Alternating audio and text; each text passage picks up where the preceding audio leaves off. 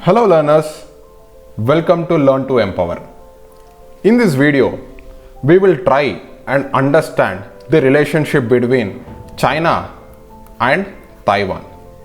As you can see, the China here is called as mainland China. It is called as mainland China, and this part is called as Taiwan. Earlier it was known as Formosa. But later it came to be known as Taiwan.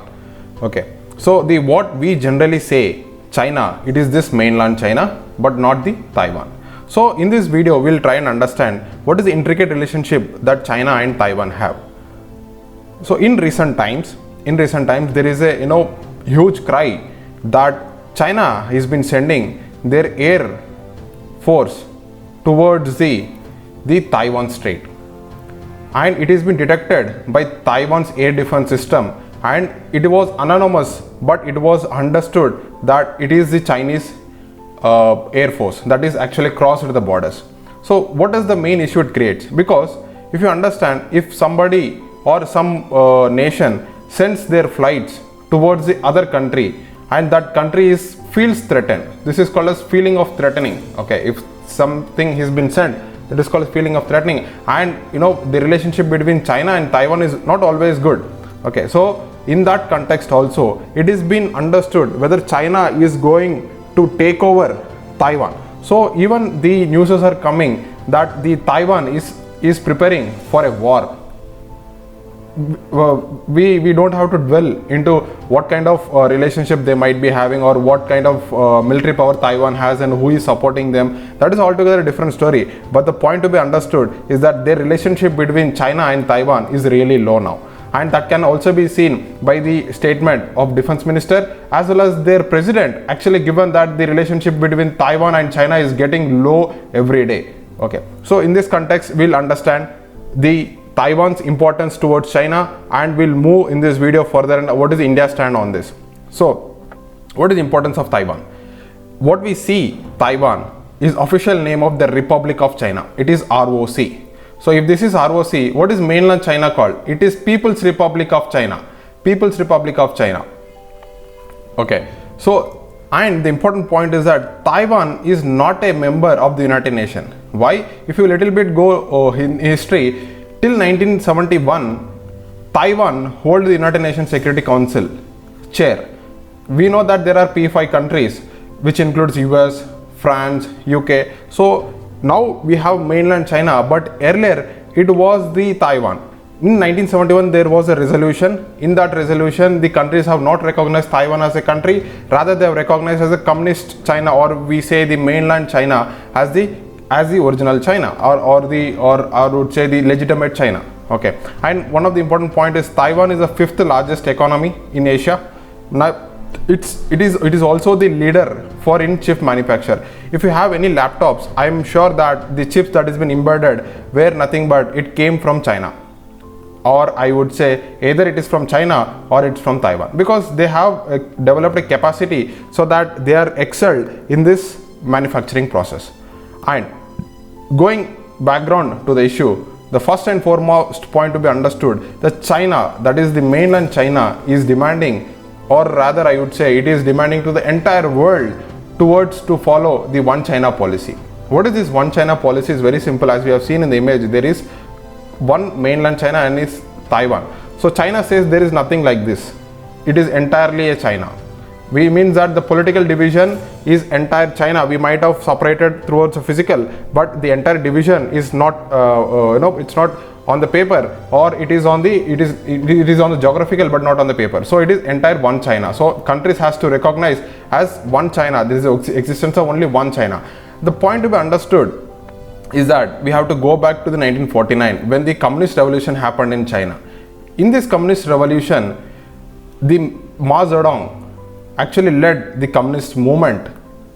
Mao Zedong actually led the communist movement in mainland China, and the other party which was supporting, which we call as a liberal, not the communist, but they are little bit of liberal, they were called as nationalist or Kuomintang.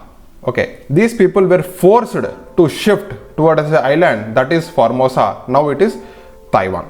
Now anyhow, it has been followed. They have been agreed that while Taiwan is a self-governed and de facto independent, it never formally declared independence from mainland, which means that they have not openly said that we are separated from you. Okay, so they have not openly accepting that we are part of you. So this is a dilemma. And now what is the system that is they are following? That is one country, two system formula. It has been implemented. If you remember, we followed a similar kind of system with respect to Jammu Kashmir before the bill was passed by the parliament, that is abolishing the special status. But before that we are more or less followed the same system, but we always say that Jammu Kashmir is part of India, and the issue between Jammu Kashmir in between India and Pakistan is a bilateral. It cannot be multilateral, it is bilateral. It is the issue between India and Pakistan, and we decide what we want to decide. Okay, and moving on.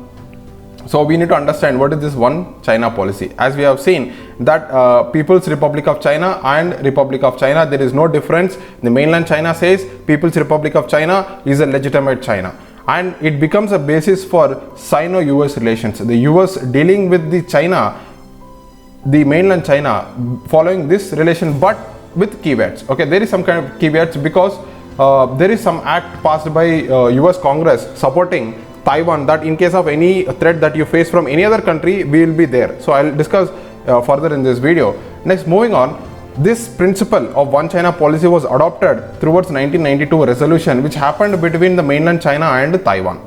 Okay, then they have agreed that there will be one country, but there will be two systems, as we discussed earlier. So it is a sovereign country. We are part of the sovereign country, but with caveats. Okay, we have our own government, you have your own government. So this kind of policy was adopted.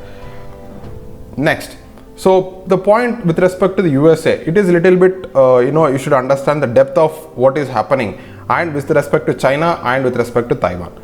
The point here is, even though USA and China have involved in a lot of trade wars or the commentaries, we see a lot of things, but the point understood, they are integrated economy. Like the China has a manufacturing entirely, and US has entirely service sector. Their trade is billions of dollars. Okay, even they don't want to fight, or they don't want to go war on the face of this economic benefits.